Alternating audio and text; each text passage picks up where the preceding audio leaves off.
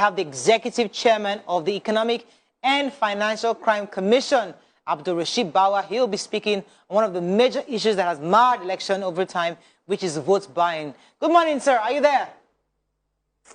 Good morning. I'm here. Thank you for joining us this morning. So I read a report yesterday, I believe, when you said that you observed some politicians, putting money aside, no, not money, items not in cash, but in kind to use as vote buying. Could you give us an update on that? How many politicians have you arrested so far? Well, we have not arrested anybody yet. Of course, it's not an issue. If somebody uses money to buy some of these items, of course, we are worried about the source of the funds. But available intelligence, that we have indicates that a lot of politicians, because of this issue of naira scarcity, have resulted into buying items to be distributed, fabrics and food items and other related issues that items that they can easily, distribute. So we are on it. It's an ongoing thing. Intelligence is still being gathered, and Nigerians are being encouraged, to provide us with intel in that regard for us to act accordingly. Right. Okay. What I thought initially was to avoid people being unduly influenced. So if there are people or politicians already buying things like rice, wrappers, noodles, and all that, and distributing as a way of getting the people to take the product and then vote for them, is that not a form of vote buying, even if you don't? It is. I'm not saying that it is not an inducement that can be made through those items.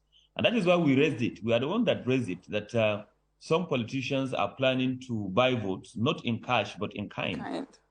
So that is what we are saying, and we're working on that. But you asked whether we have made any arrests, in that regard, and I said no, we are yet to make the arrest. Yes. Okay, you know that you are the man to talk to right now in this economy. So we've been, about the cash policy and the story about whether it's supposed to, we're doing this because we're trying to stop vote buying, and then going into banks and showing videos of some of these monies that were cash allegedly being kept away from Nigerians themselves. Could you tell us, with data and real life, how this policy has helped so far with the vote buying? Well, it has helped in the sense that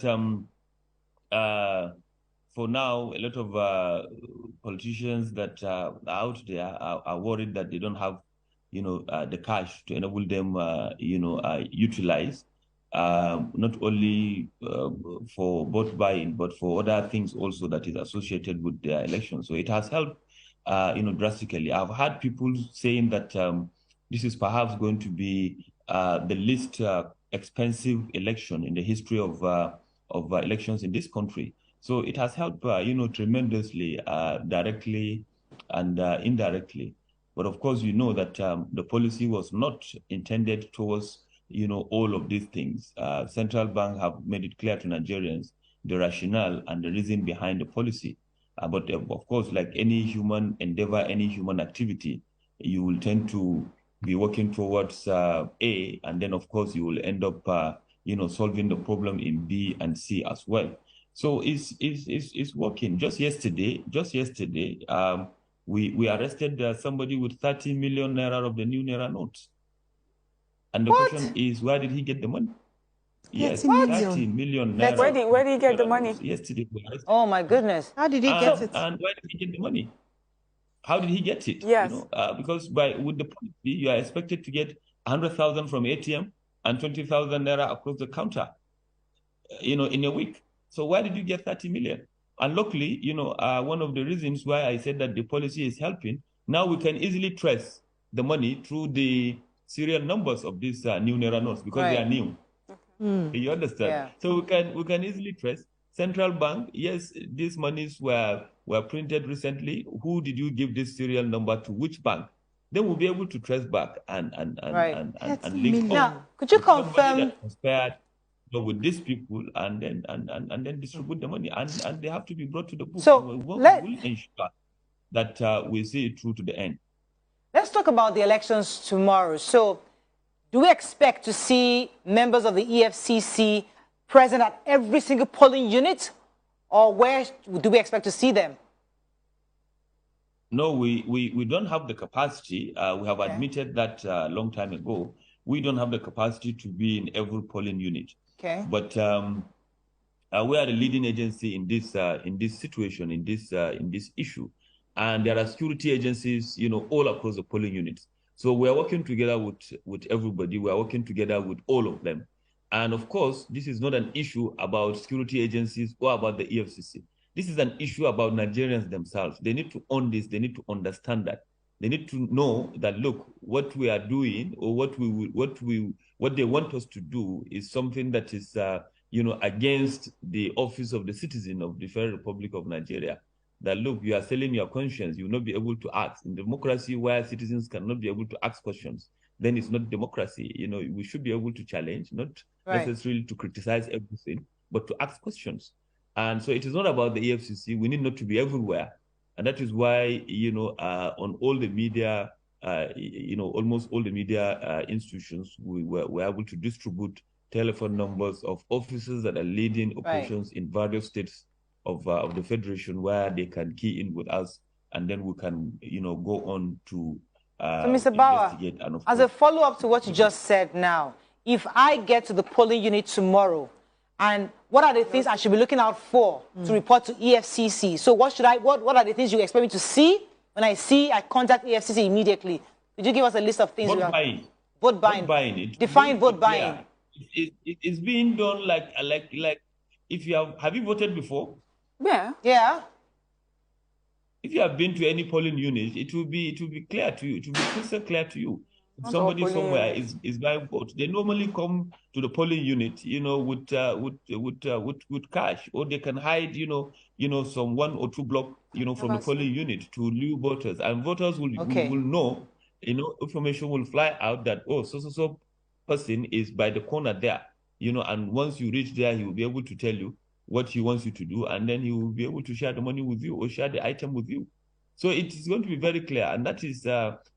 Those are the situations where we want, Nigerians to contact us for, and to contact any security agency that is nearer to them. Okay, sir. What advice or what assurance will you give to Nigerians that the EFCC is working for them tomorrow? What assurance? We have given the assurances. We're a government agency that is being paid. That is our responsibility. Everybody have said it time and time again that the EFCC is effective in whatever thing that we are doing, and that is the assurance.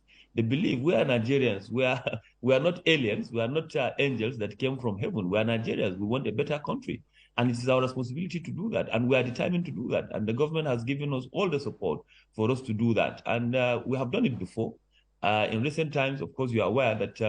We are in Ikiti, we are in Oshun, and everybody felt that the EFCC has done something. So that is the assurances that, look, the Nigerians should understand that it is for them and it is for all of us, for the betterment of our dear country. The labor of our heroes past shall never be in vain for us to build this country going forward.